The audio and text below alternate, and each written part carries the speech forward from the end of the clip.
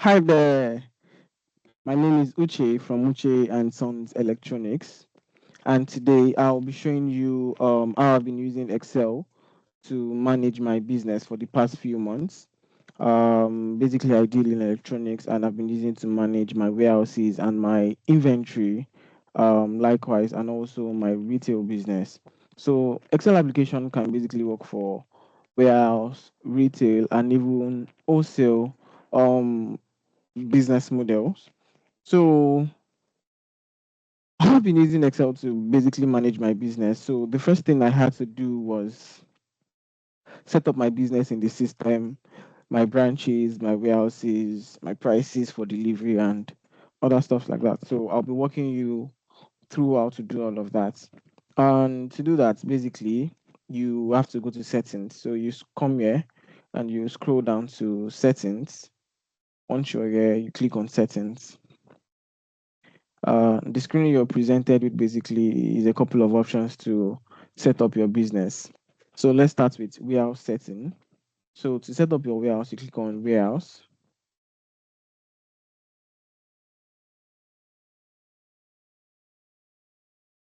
And once the page comes up, you're presented with a list of available warehouse in the system.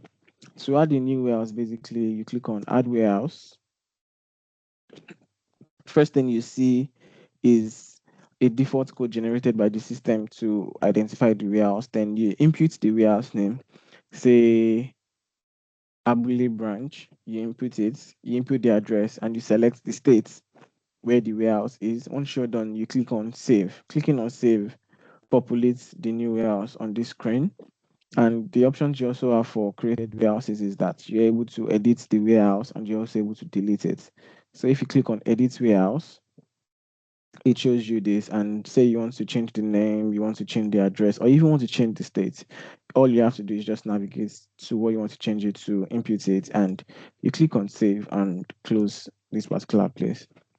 So moving on to the next thing under settings, you've successfully set up your warehouse, and yes, you'll be shipping your products from your warehouse to your available outlets or shops that you have around the country. So for me, basically, I just come to outlet settings, and these are the list of outlets I basically have that I ship products from to. Then to add a new outlet, I click on add outlet. I input the name of the outlet, the address, and the state. Once I'm done with all of that, I click on save, and it's populated here. For example, number two, you can see Uchi and Sons Electronics. It is located in Kogi, and that is my address. So, say I want to edit um, this particular outlet. I've moved from Kogi now. I've moved this outlet to Lagos. So, I'm going to do is come here, and I will scroll and look for Lagos in the list. So, KL, I select Lagos, then I save. So, once I click on save, the data has been updated, and you see Lagos here. Then up to the next one is staff settings. This is where you get to see all the list of staffs in the system and also the station they are attached to. So add a staff, you click on add staff and populate the necessary detail, attach them to the necessary branch, and they are populated on this screen. So they have a staff ID, a name, station, and the location where they are placed to. Another thing that is also tied to your staffs is the KPI. So KPI lets you measure your staff's performance based on certain variables you've chosen to track. So to just know that, you click on KPI, and based on the particular employees or performance, you can select the ratings that is fitting to them. So attendance rates, if it's very frequent, you can select 5. Presentation, if it's still fair, 3. Sales, teamwork, and you can also leave a comment. So once you're done with that, you click on update, and it records it in the system, and the employee also gets to see that. So the next thing while you're setting up your business in Excel is to set up your shipping details. So shipping details is actually for like your shipping fee. Say, people place orders online, or they just send you their orders, and you're going to book it in the system and calculate all their bills and everything. You can create a default or varying pricing for different location. So as you can see here, we have FCT. The shipping fee to FCT is 5,000 naira. This is just a demo. The shipping fee for Lagos is 2,000 naira. In your instance, it might be more or less depending on the quantity of what you're shipping and where you're shipping it to. So they can be, you have, your rates will definitely be different from mine. So for Abia, we have 3,000, and I can also edit or even remove a particular list. Say I want to remove for this Abia now. I just click on remove, and it's successfully taking it away from the list of stuff I have in the system. But say I want to edit, I click on these three dots, click on edit, and while this comes up, so I just, if I want to change the state, I can, but I want to change the fee basically to 5,000 naira. So I click, I input 5, then I click on save, and it's updated from 3,000 naira to 5,000 naira. Say I want to add for another state, I click on shipping fee, I select my state, say, let's choose Plateau, and the shipping fee from wherever I am to Plateau is about 7,000 naira.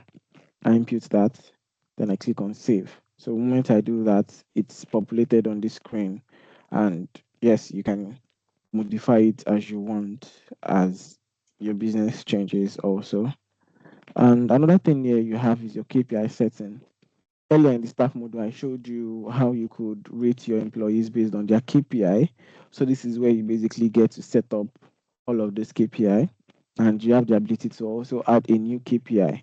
So once you click on add new KPI, you're presented with this screen. So say you want to track um say you want to track growth in the business and how the person has converted sales. So you can just put growth, you input the description, you select the outlet.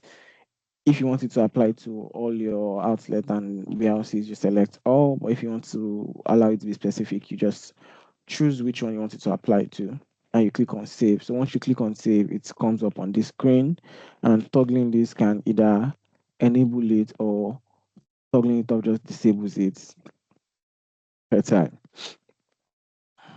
Then the next one we have is preferences. So preferences basically is like setting up your company's name, your outline, your VAT and the like. So for your company profile, you can just, you might have like a tagline that you say, for my business now, I'm an electronics, I sell electronics. So we treat you to online shopping euphoria. You can just input, okay, we offer you the best gadgets, depending on your kind of business. So you select the country where you're operating from, and you input your address, you input your, okay, your company currency. Say you're operating from England now, or even if you're operating from Nigeria, you can change your currency between Naira and Great British Pound. But since I'm operating from Nigeria, I go with NGN. Then for VAT value, you set your VAT, and you also input your company outline. Then you click on save. And that's all about settings. So in the next video, I'll be showing you how to create your customers and also manage your staffs basically. Thank you.